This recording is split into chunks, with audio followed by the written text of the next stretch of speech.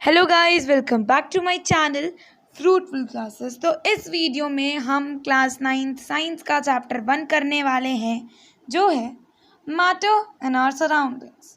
अब मैटर से क्या समझते हो कि भाई उन दोनों का झगड़ा हो गया, ये हो गया उनका मैटर? भाई नहीं, ऐसा कोई मैटर नहीं है। हम इसमें साइंटिफिक मैटर की बात करने वाले हैं। तो सबसे पहले तो अपना जो ये सर है उसको आप पूरी तरीके से घुमाइए, रोटेट कीजिए और देखिए आपके आसपास क्या रखा है।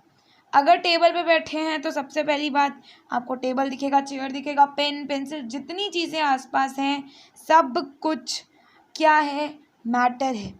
तो मैटर का मतलब क्या होता है?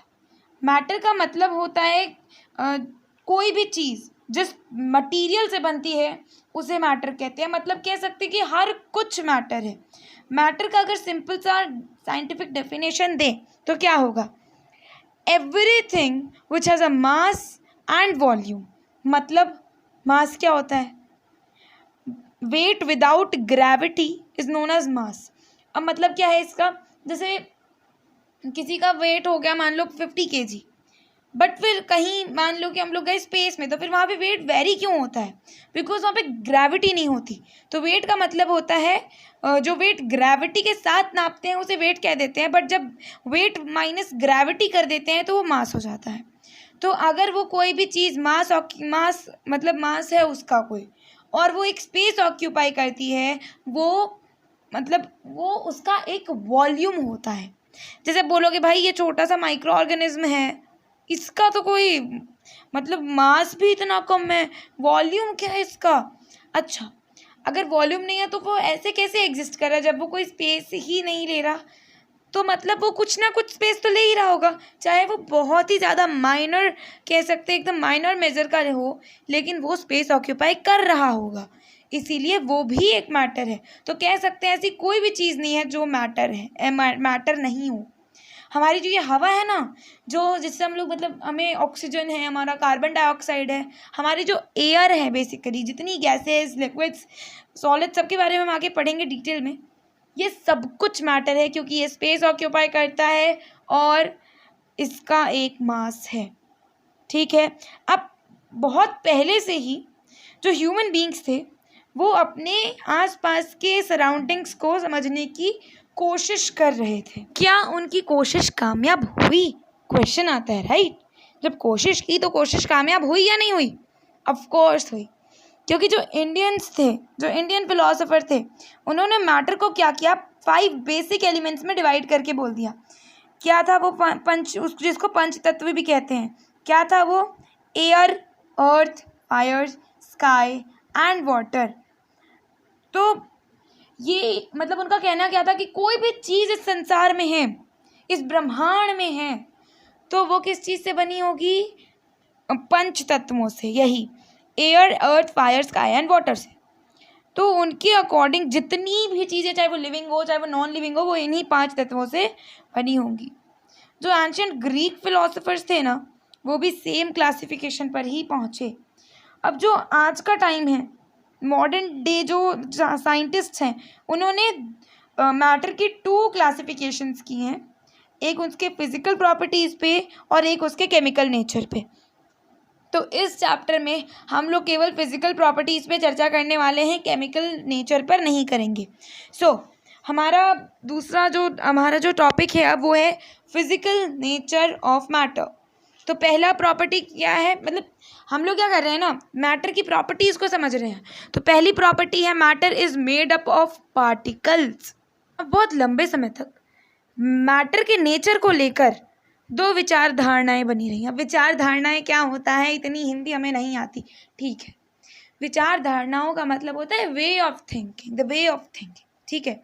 तो वन वे ऑफ थिंकिंग क्या था कि जो मैटर है ना, ये पूरा कंटिन्यूअस है, मतलब पार्टिकल से नहीं बना है, कंटिन्यूअस है। जैसे कि एक ब्लॉक होता है वुड का, वैसा, पर वो भी पार्टिकल से ही बना रहता है। जो यही है दूसरी जो वे ऑफ थिंकिंग है, दूसरी विचारधारणा है, वो क्या है कि जो ये मैटर है ये पार्टिकल से बना हुआ है, जैसे कि सैंड।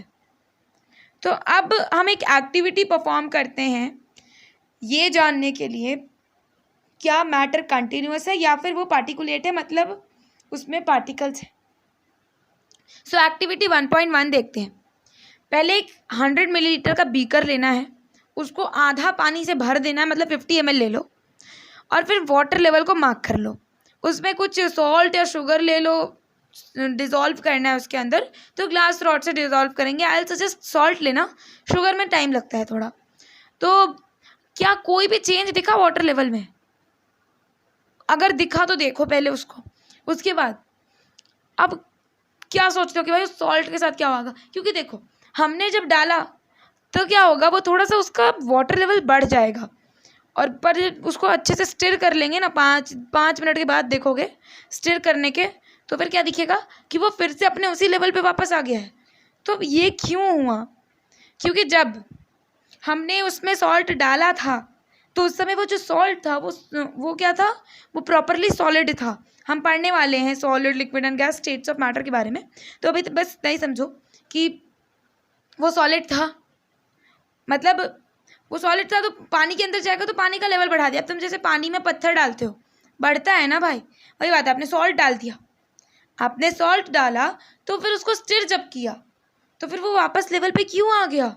क्योंकि वो जो सॉल्ट था वो पार्टिकल से बना हुआ था, और जो वाटर था वो भी पार्टिकल से बना हुआ था, क्योंकि दोनों ही मैटर हैं, और मैटर पार्टिकल से बना होता है। तो जब पार्टिकल्स और पार्टिकल्स मिलते हैं तभी डिसॉल्विंग होती है।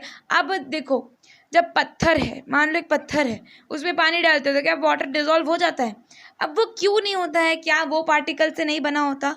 बना होता है, लेकिन उसके अलग रीज़न से जो हम आगे समझेंगे। पर ये जो सॉल्ट है ये डिसॉल्व हो जाता है क्योंकि ये बना होता है पार्टिकल से। इतनी बात हमें समझ में आ गई, इसलिए वो बाद में अपने लेवल पे आ जाता है। अब ये जो एक्टिविटी थी एक और चीज़ शो करती है, वो हम अभी आगे हमारे पास जब वो वाला टॉपिक आएगा ना तब समझेंगे, वरना फिर कंफ्यूज हो जाएंगे, दिमाग में हो जाएगी, दिमाग का दही हो जाएगा फिर, ठीक है। अब हम देखेंगे 1.1.2 जो है, how small are these particles of matter. अब ये जो पार्टिकल्स हैं मैटर के, ये कितने स्मॉल हैं, क्या ये स्मॉल हैं या फिर ये बड़े बड़े होते हैं, कितने स्मॉल हैं, क्या है वो सब। तो करना क्या है, एक्टिविटी 1.2 करनी है। तो पहले तो 2 to 3 क्रिस्टल्स लो, किस चीज़ के, पोटाशियम पर मैग्नेट के, और उसको 100 मिलीलीटर ऑफ वाटर में क्या कर दो, डिज़ोल्व कर दो। जब डिज़ोल्व कर दिया तो देखोगे कि वो बहुत ही ज़्यादा डार्क लिक्विड बना होगा। वो डार्क लिक्विड बन गया। अब उसमें से क्या करना है, उस पर्टिकुलर लिक्विड से जो हमने अभी सॉल्यूशन बनाया ना, उसमें से 10 मिलीलीटर लो, फिर उसको अगले एक और बीकर में 90 मिलीलीटर पानी लेके उसमें वो 10 मिलीलीटर डाल दो। जब ऐसा करोगे तो देखो कि भाई उसके बाद पहले तो डार्क लिक्विड था, उसके बाद उसमें से जब सॉल्यूशन निकाल के हमने दूसरे में डाला तो फिर वो उससे थोड़ा लाइट हुआ। फिर यही चीज़ रिपीट करनी है। तो देखो कि जो पहला लिक्विड जो हमने प्रॉपरली बनाया था क्रिस्टल्स डाल के, बहुत डार्क था, उसके बाद जब उसमें से 10 मिलीलीटर लेकर हमने दूसरे बीकर में डाला तो वो थोड़ा लाइट हुआ। फिर उसमें से 10 मिलीलीटर लेके दूसरे बीकर में डाला तो वो भी थोड़ा लाइट था। लेकिन देखोगे तुम जितनी भी बार कर लो भाई, कलर लाइट हो सकता है लेकिन जाएगा नहीं जब तक, मतलब हम कह सकते हैं कि 2 से 3 जो ये जो क्रिस्टल्स थे ना, ये 1000 मिलीलीटर ऑफ वाटर को भी क्या कर सकते हैं, कलर कर सकते हैं। तो ये क्या दर्शा रहा है, ये क्या शो कर रहा है कि वो जो 2 से 3 क्रिस्टल्स थे ना, वो प्रॉपरली ऐसा नहीं था कि भाई वो एक क्रिस्टल, वो एक पार्टिकल था, वो कितने 1000 पार्टिकल से बना होगा। अब कहोगे भाई खुद वो क्रिस्टल इतना छोटा और फिर हम कह रहे हैं कि वो इतने सारे पार्टिकल से भी बना है, कैसे इतने पार्टिकल्स आ गए उस क्रिस्टल में? तो हमें ये पता चल रहा है कि वो जो क्रिस्टल्स के पार्टिकल्स थे वो बड़े ही छोटे थे, बहुत ही माइनर थे, जिसको देखने के लिए हमें क्या लगेगा, माइक्रोस्कोप लगेगा। हम ऐसे नेक्ड आइज से नहीं देख सकते कि भाई ठीक है इसमें इतने पार्टिकल्स हैं, हम गिन नहीं सकते उस पर कितने पार्टिकल्स हैं, लेकिन एक अनुमान लगाते चलो 1000 ऑफ पार्टिकल्स होंगे। तो कह सकते हैं कि जो कोई भी चीज़ होती है उसके पार्टिकल्स बहुत ही स्मॉल होते हैं। अब इस एक्टिविटी को डेटॉल के साथ भी कर सकते हैं। पूछो कि डेटॉल के साथ, डेटॉल में कलर थोड़ी आता है, कलर नहीं, स्मेल होती है ना डेटॉल की, जो फ्रेग्रेंस होती है उससे पता चलता है कि जो वो फ्रेग्रेंस होगी वो कम होती जाएगी, कम होती जाएगी। तो हम ऐसे भी देख सकते हैं। अब हम आ जाते हैं 1.2 पे, जो है characteristics of particles of matter. अब तक हम क्या देख रहे थे, हम मैटर की प्रॉपर्टीज़ देख रहे थे, अब हम मैटर के पार्टिकल्स की प्रॉपर्टीज़ देख रहे हैं। तो पहला क्या है, particles of matter have space between them. ठीक है, मैंने कहा था कि मैं अब बताऊंगी कि मैं क्यों बोल रही थी कि एक और चीज़ दर्शाता है, वो 1.1 जो एक्टिविटी थी उसमें। अब तुम देखो कि वो मिक्स हो गया, कैसे हुआ? उसके बीच में अगर कोई स्पेस नहीं होता तो फिर वो तो ऊपर तैरता ना, पर पार्टिकल्स के बीच में स्पेस था, इसलिए जो सॉल्ट था वो दूसरे उन जो पानी के जो पार्टिकल्स थे उनके बीच में भी स्पेस था, तो उसमें जाके मिल गए। यही चीज़ पोटेशियम परमैंगनेट के साथ जो भी हमने किया उसमें भी यही हुआ। पार्टिकल्स मिक्स कैसे हुए? क्योंकि उसके बीच में स्पेस था। तो जैसे कि क्रिस्टल के पार्टिकल्स बहुत माइनर होते हैं, वैसे ही वाटर के भी पार्टिकल बहुत माइनर होंगे, लेकिन उनके बीच में स्पेस होता है। इसलिए जितने वो पार्टिकल्स थे मैटर के, मतलब वाटर के जो पार्टिकल्स थे उनके बीच में स्पेस था, उन स्पेस को किसने कवर कर लिया? उस स्पेस को कवर कर लिया पोटेशियम परमैंगनेट के पार्टिकल्स हैं। तो ये हम यहाँ पे देख रहे हैं, स्पेस होते हैं उनके बीच में। तो इतनी जो हमने दो एक्टिविटीज़ की, ये भी यही बात दिखाते हैं, ये भी यही बात शो करते हैं। अब जो दूसरी प्रॉपर्टी है वो क्या है? Particles of matter are continuously moving. तो पहली एक्टिविटीज़ में बहुत सारी एक्टिविटीज़ हैं, एक्टिविटीज़ के मतलब से हम लोग समझेंगे। 1.3 जो है उसमें क्या करना है, हमें बस क्या करना है, एक अगरबत्ती लेनी है, इंसेंस स्टिक लेनी है, उसको जलाना नहीं है, और उसको एक यहाँ पे मतलब मान लो कि किसी कॉर्नर में जाके रख दो किसी रूम के, ठीक है। अब वहाँ पे तुम थोड़ी डिस्टेंस पे जाओ और देखो स्मेल आ रही है क्या, उस मतलब वो जो फ्रेगरेंस है अगरबत्ती की, उस इंसेंस स्टिक की, वो तुम्हारे नाक तक पहुँच रही है क्या? तुम उसे महसूस कर पा रहे हो, फील कर पा रहे हो, सूंघ पा रहे हो, स्मेल कर पा रहे हो? ये चीज़ देखनी है। अब उसको जला दो, पहले तो बिना जलाए छोड़ती थी, अब उसको जलाओ और एक डिस्टेंस पे जाके देखो क्या अब फ्रेगरेंस आ रही है। ये तो बहुत इजी एक्टिविटी है, हम लोग घर पे कर सकते हैं। तो ये एक बार करके सारी ऑब्जर्वेशंस करनी है। अब एक्टिविटी 1.4 पे आते हैं। उसमें क्या करना है कि हमें 2 ग्लासेस या फिर बीकर्स लेने हैं, उसको पानी से भरना है, फिर ब्लू या फिर रेड इंक जो होती है ना, उसको स्लोली क्या करना है, जैसे डिप करना है। डिप मतलब ये नहीं कि एक बस एक बूंद, अगर देखें तो जैसे पेंट ब्रश होता है, हम पेंटिंग करते हैं, थोड़ा पेंट उस पर लगा के जब हम लोग पानी में डालने जाते हैं तो एक ज़रा से उसकी टिप भी टच होती है तो देखेंगे वो पूरा पानी में फैल जाता है। वही एक्टिविटी शो करना चाह रही है। तो ये एक्टिविटी करनी है, रेड या फिर ब्लू इंक डालना है पानी में। उसके बाद हनी भी उसी तरीके से डालना है, हनी भी उसी तरीके से 1 ड्रॉप डाल देनी है। अब उसको बहुत कुछ टाइम के लिए अनडिस्टर्ब छोड़ देना है, किसी घर के कोने में छोड़ देना। फिर अपनी ऑब्जर्वेशंस रिकॉर्ड करनी है। क्या ऑब्जर्व मतलब जब हमने इंक डाली तो तुरंत क्या ऑब्जर्व करते हैं, उसके बाद जब हमने हनी डाली तो उसके बाद तुरंत क्या ऑब्जर्व किया हमने। अब हमें क्या नोट करना है कि इंक डालने के बाद उसको पूरी तरीके से पानी में डिज़ोल्व होने में कितना टाइम लगा, और हनी डालने के बाद उसको पानी में डिज़ोल्व होने में कितना टाइम लगा। अब आ जाते हैं हम लोग 1.5 एक्टिविटी पे। इसमें क्या करना है, हमें एक क्रिस्टल लेना है कॉपर सल्फेट या फिर पोटेशियम परमैंगनेट का, उसको गर्म पानी लेके एक ग्लास में रखना है और उसको एक गर्म पानी में डाल दिया हमने एक क्रिस्टल, ठीक है। उसके बाद दूसरा हमने ठंडे पानी में डाल दिया। हमें 2 तरह के पानी लेने, गर्म एक ठंडा, दोनों में हमें एक एक क्रिस्टल डालने हैं और हमें उसको मिलाना बिल्कुल भी नहीं है, स्टर नहीं करना है, उसको अनडिस्टर्ब छोड़ देना है। उसके बाद जब वो क्या जो क्रिस्टल है वो बॉटम पे चला जाए तो देखना है जो ऊपर वाली सरफेस है पानी की उसमें क्या बदलाव आए हैं, क्या होता है जब टाइम बीत गया। मतलब हमें नोटिस करना है कि क्या हुआ जब टाइम थोड़ा सा पास हो गया, थोड़ा बीत गया। ये क्या हमें मतलब ये जो एक्टिविटी है ये क्या सजेस्ट करती है सॉलिड और लिक्विड के पार्टिकल्स के बारे में। क्या रेट ऑफ मिक्सिंग चेंज होता है टेम्परेचर के साथ, क्यों और कैसे, ठीक है। अब हम इन 3 एक्टिविटीज़ से क्या कंक्लूड कर सकते हैं, क्योंकि एक्टिविटीज़ फालतू में तो नहीं की है, कुछ तो होगा यूज़, तो हम ये कंक्लूड कर सकते हैं that particles of matter are continuously moving. और इसीलिए उसमें एक एनर्जी होती है that we call the kinetic energy. What is kinetic energy? Question arises. So let's answer the question. The energy possesses when in motion, when the particles are in motion. जब कोई चीज़ motion में होती है, जब कोई चीज़ move कर रही होती है, तब जो उसमें एनर्जी जनरेट होती है उसे कहते हैं काइनेटिक एनर्जी. सो मतलब हम लोग ये कंक्लूड कर सकते हैं कि जो पार्टिकल्स हैं मैटर के वो कंटिन्यूसली मूविंग है और वो काइनेटिक एनर्जी पसेस करते हैं. 1.3 भाई कैसे ये करता है वो एक बार समझ लेते हैं. हमने देखा अनलिट छोड़ दिया था इंसेंस स्टिक को. क्या उस समय इसमें काइनेटिक एनर्जी नहीं थी? ऑफ कोर्स थी. हमें फ्रेग्रेंस तो आ ही रही थी ना, ऐसा तो था नहीं कि फ्रेग्रेंस पूरी तरीके से रुक सी गई थी. अनलिट जब छोड़ा था, हम अगर उसको थोड़ा सा अपने नोज़ के करीब लाएं तो हम उसकी फ्रेग्रेंस फील कर पा रहे थे, उसको स्मेल कर पा रहे थे. पर जब उसको जला दिया तो फिर हमें ज़्यादा डिस्टेंस पर भी वो फ्रेग्रेंस आने लगी. अब ऐसा क्यों हुआ आगे देखेंगे, रुक जाइए ज़रा सब्र कीजिए. 1.4 में क्या था? अगर वो काइनेटिक एनर्जी पसेस नहीं करता वो जो इंक था या फिर वो जो हनी था, तो फिर वो मिक्स होता ही नहीं.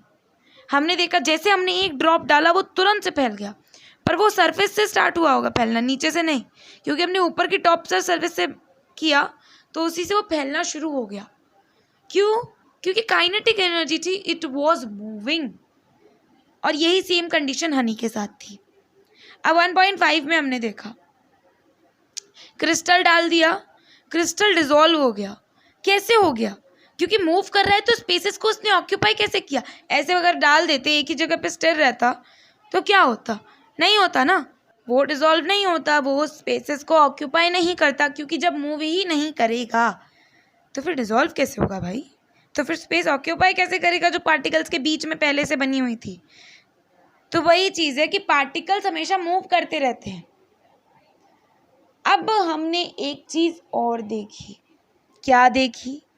कि जब हमने इंक डाला था, सॉरी इंक बोल रही हूँ, क्रिस्टल डाला था कॉपर सल्फेट का या फिर पोटेशियम परमैंगनेट का गर्म पानी में, तो वो जल्दी फैला था. और जब ठंडे में डाला था फिर थोड़ा टाइम लग गया. 1.3 में भी यही चीज़ थी. जब हमने उसको लिट कर दिया तो फिर उसकी जो डिस्टेंस था वो जल्दी, मतलब वो जो कंटिन्यूसली मूविंग पार्टिकल्स है ना, तो वो और ज़्यादा मूव करने लगे. क्यों? क्योंकि जब हमने उसको हीट किया तो जो पार्टिकल्स है वो वाइब्रेट हुए, वाइब्रेट करने लगे, तो फिर काइनेटिक एनर्जी बढ़ी. काइनेटिक एनर्जी बढ़ी तो फिर इनका जो मूवमेंट है वो जल्दी हुआ. इसलिए पोटेशियम परमैंगनेट का जो क्रिस्टल था या फिर कॉपर सल्फेट का, वो गर्म पानी में जल्दी से डिसॉल्व हुआ as compare to the cold water. Cold water में भी हुआ, ऐसा नहीं कह रही कि वहाँ पे नहीं हुआ, वहाँ पे पार्टिकल्स मूव नहीं कर रहे थे बट उतनी स्पीड में नहीं कर रहे थे. अब हमने इन 3 एक्टिविटीज़ में एक चीज़ तो और देखी कि ये जो मैटर था ना, ये एक दूसरे के साथ इंटरमिक्स हो रहा था. कैसे इंटरमिक्स हो रहा था? मैंने बताया स्पेसेस होते हैं पार्टिकल्स के बीच में, तो पार्टिकल्स के गैप को जब दूसरे मैटर के पार्टिकल्स क्या करते हैं, ले लेते हैं, उस गैप्स को फिल कर देते हैं, तब इंटरमिक्सिंग होती है. और इन इंटरमिक्सिंग को, जो ये इंटरमिक्सिंग हुई 2 डिफरेंट टाइप्स ऑफ मैटर के बीच में, उसे हम लोग कह देते हैं डिफ्यूज़न. ठीक है, हमने ये भी ऑब्जर्व किया कि जब हम हीट करते किसी चीज़ को तो डिफ्यूज़न ज़्यादा फास्ट हो जाता है. ऐसा क्यों होता है? हमने तो देखा अभी क्यों होता है भाई, क्योंकि काइनेटिक एनर्जी ज़्यादा हो जाती है, क्योंकि वाइब्रेट जल्दी करता है, वाइब्रेट करने लगता है तो काइनेटिक एनर्जी बढ़ जाती है. और जब काइनेटिक एनर्जी बढ़ती है तो फिर उसकी डिफ्यूज़न की जो क्षमता होती है वो भी बढ़ जाती है. अब नेक्स्ट प्रॉपर्टी क्या है? Particles of matter attract each other. जो पार्टिकल्स होते हैं मैटर के वो एक दूसरे को अट्रैक्ट करते हैं. तो एक एक्टिविटी 1.6 एक बार देखते हैं. हमें एक गेम खेलना है. गेम के नाम से ही हमारे मन में उल्लास उठ गया, हमें मतलब मज़ा आएगा. गेम है ना, सो क्या करना है, 4 ग्रुप्स बनाने हैं और ह्यूमन चेन्स बनाने हैं. किस तरीके से, आइए देखते हैं. पहला ग्रुप जो है वो एक दूसरे को पीछे से जैसे ऐसे लॉक करके नहीं पकड़ते, जैसे इस फोटो में शो किया है, उस तरीके से पकड़ ले.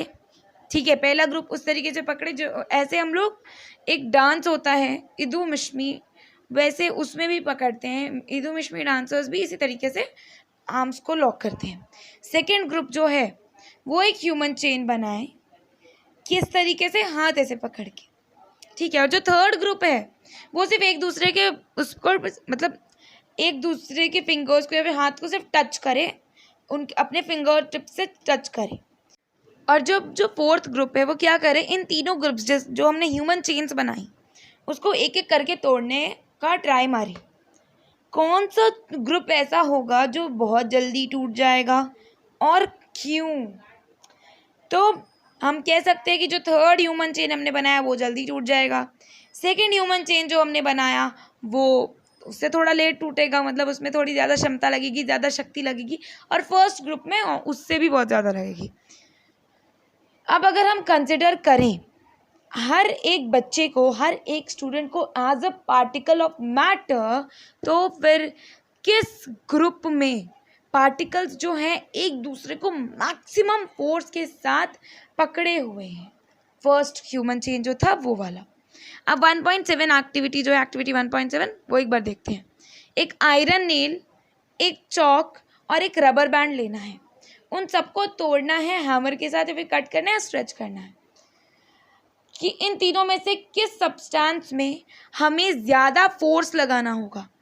ऑफ कोर्स आयरन नेल, और उसके बाद हमारे पास जो चौक है उसमें, और उसके बाद क्या, रबर बैंड में, उसमें सबसे कम फोर्स लगेगा। तो अब आ जाते हैं एक्टिविटी 1.8 में। हमें क्या करना है, एक कंटेनर में पानी रखना है, उसको अपनी फिंगर्स से कट करने का ट्राई करना है। क्या हम पानी के सरफेस को काट सकते हैं? क्या रीज़न हो सकता है कि जो ये पानी का जो सरफेस है, जो वाटर है, वो एक साथ अभी भी है, बल्कि हम लोग कब से ट्राई कर रहे हैं उसको काटने का। फिंगर्स तो डूब ही जाती हैं। अब क्यों डूबती हैं? क्योंकि उसके बीच में स्पेसेस होते हैं, स्पेसेस के बीच में हमारी फिंगर चली जाती है, राइट? यस। बट हम लोग काट क्यों नहीं पाते, ये क्वेश्चन आता है। तो देखो, ये 1.6, 1.7 और 1.8 एक्टिविटी जो है ये क्या सजेस्ट करती है कि जो पार्टिकल्स ऑफ मैटर है ना, उसमें एक फोर्स होता है जो पार्टिकल्स के बीच में एक्ट कर रहा है। ये फोर्स पार्टिकल्स को एक साथ रखता है, उसमें टुगेदरनेस रखता है। और इस ही फोर्स को हम लोग क्या कहते हैं, फोर्स ऑफ अट्रैक्शन। अट्रैक्ट करता है। लाइक एक्टिविटी 1.6 में हमने देखा, एक में ज़्यादा है, एक में कम है और एक में बहुत कम है, लेकिन फोर्स ऑफ अट्रैक्शन है। हमें फोर्स लगाना पड़ेगा तोड़ने के लिए, ऐसे नहीं टूट जाएगा उस ह्यूमन चेन को तोड़ने के लिए। 1.7 में देखा, तीनों में फोर्स लगेगा, अट्रैक्ट कर रहा है तभी फोर्स लगेगा। पर अगर इसमें कोई अट्रैक्शन का फोर्स होता ही नहीं तो फिर तो फोर्स लगाने की क्या ज़रूरत है, वो तो खुद ही अलग अलग होते। 1.8 में देखा, क्यू काटने के बाद भी वो अलग नहीं हुए क्योंकि फोर्स ऑफ अट्रैक्शन है भैया। चलिए, तो यहीं पे हम पार्ट 1 समाप्त कर देते हैं क्योंकि ज़्यादा लंबा वीडियो पसंद नहीं आता है। पर पहले देख लेते हैं ये questions. First question, actually not plural यार। फर्स्ट क्वेश्चन है, which of the following are matter? Chair matter है, एयर मैटर है, लव मैटर नहीं है, it's a feeling. Smell it's a matter, क्योंकि स्मेल, फ्रेगरेंस, ये सारी चीज़ें मैटर होती है क्योंकि भी हम फील करते हैं, हम इसको स्मेल करते हैं। हेट भी एक फीलिंग है। आमंड्स एक मैटर है। थॉट जो आपके दिमाग में विचार चल रहे हैं, सुविचार चल रहे हैं, वो एक मैटर नहीं है। कोल्ड, जो ठंड हमें लगती है, क्या वो एक मैटर है? नहीं भैया, मैटर नहीं है, वो एक फीलिंग है। लेमन वाटर मैटर है। परफ्यूम की स्मेल, वो भी एक मैटर है। अब second question, give reasons for the following observation. The smell of hot sizzling food reaches you several meters away, but to get the smell from cold food you have to go near to it. अब इस observation के लिए क्या करना है, हमें reasons देने हैं। जब हमारे घर पे कोई बहुत ही स्वादिष्ट खाना बनता है भैया, एकदम मम्मी कुछ बना रही है, बताया नहीं है, सरप्राइज है, लेकिन फिर भी हम रूम में बैठे हुए हैं, फिर भी खुशबू आती है, आहा कुछ बन रहा है अच्छा सा। लेकिन वही खाना जब ठंडा हो जाता है ना, जब खाना निकलने भी हम जाते हैं एकदम पास में भी, तो फिर उसको सूंघने के लिए हमें पूरा ऐसे नाक घुसाना पड़ता है, नहीं? Isn't it? Of course it is. अब ऐसा क्यों है? हम इसमें क्या देख सकते हैं कि जो एक्टिविटी 1.3 की थी सेम चीज़ यहाँ पर डाल दो, क्योंकि we can say it is so because particles of matter move fast when heated, or because diffusion takes place more faster when the particles are heated. मतलब क्या है, because kinetic energy is more.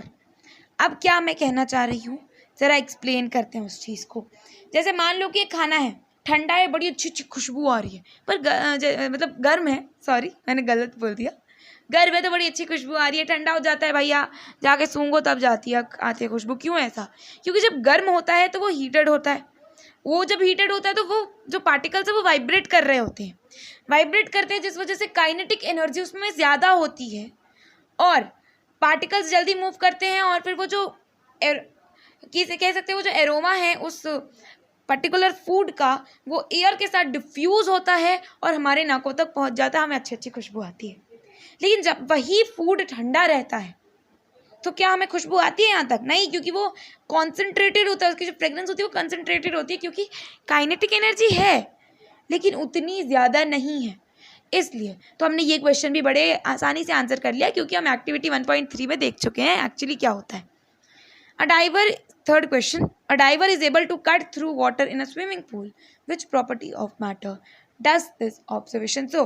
मतलब show, एक diver जो है वो जो swimming pool है उसमें जो पानी होता है उसको ऐसे करके निकल जाता है, उसमें तैरता है। कैसे तैर पाता है भैया, क्यों तैर पाता है, ये कौन सी प्रॉपर्टी शो करता है मैटर की? हम कह सकते हैं a diver is able to cut through water in a swimming pool because particles of matter have space between them. अब देखो पार्टिकल्स जो है मैटर के बीच में उसमें स्पेस होता है, और वो स्पेस कौन ऑक्यूपाई कर लेता है? डाइवर ऑक्यूपाई कर लेता है, जिस वजह से वो डाइव कर पाता है, वो उसकी एबिलिटी रखता है। Let's come to the fourth question, what are the characteristics of the particles of matter? Let's answer. The characteristics of the particles of matter are: particles of matter attract each other, particles of matters are continuously moving, they have intermolecular space. मतलब क्या है? पहला क्या है property, characteristic, कि जो particles होते हैं वो एक दूसरे को अट्रैक्ट करते हैं, दूसरा कंटिन्यूसली मूविंग होते हैं, और तीसरा इंटरमॉलिक्यूलर स्पेस होता है, मतलब उन पार्टिकल्स के बीच में स्पेस प्रेजेंट होता है। तो यहीं पे हमारे क्वेश्चंस भी पूरी तरीके से कंप्लीट हो जाते हैं और हम अपना फर्स्ट पार्ट कंप्लीट कर चुके हैं आप। सो आई होप आपको यहाँ तक कोई डाउट ना हो, अगर है तो कमेंट सेक्शन में पूछ सकते हैं। So please like, share and subscribe the channel and don't forget to press the bell icon, ताकि आपको हर वीडियो की